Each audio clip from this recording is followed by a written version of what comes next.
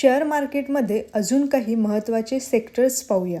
Manufacturing sector यामध्ये वस्तू आणि औद्योगिक प्रोडक्ट्स तयार करणाऱ्या मॅन्युफॅक्चरिंग कंपनीज येतात.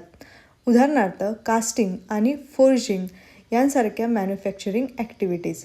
मीडिया अँड एंटरटेनमेंट सेक्टर यामध्ये टेलिव्हिजन, फिल्म्स, प्रिंट मीडिया आणि डिजिटल मीडियाशी संबंधित कंपनीज येतात.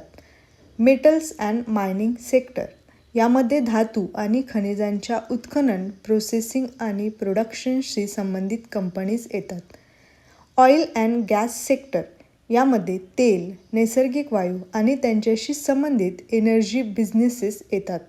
आणि फार्मास्युटिकल सेक्टर यामध्ये औषधे आणि फार्मास्युटिकल प्रोडक्ट्स तयार करणाऱ्या कंपनीज येतात. प्रत्येक सेक्टरची बिझनेस ॲक्टिव्हिटी आणि परफॉर्मन्स वेगवेगळे असते आणि लक्षात ठेवा, एकच सेक्टर कायम चांगली कामगिरी करेल असे नाही. मार्केट कंडिशन्स बदलल्या की वेगवेगळ्या सेक्टर्सची परफॉर्मन्स देखील बदलते. म्हणूनच सेक्टर समजून घेणे म्हणजेच मार्केटमधील अपॉर्च्युनिटीज आणि रिस्क समजून घेणे. सेक्टर सिरीजच्या फायनल पार्टसाठी फॉलो करा निशा अकॅडमी.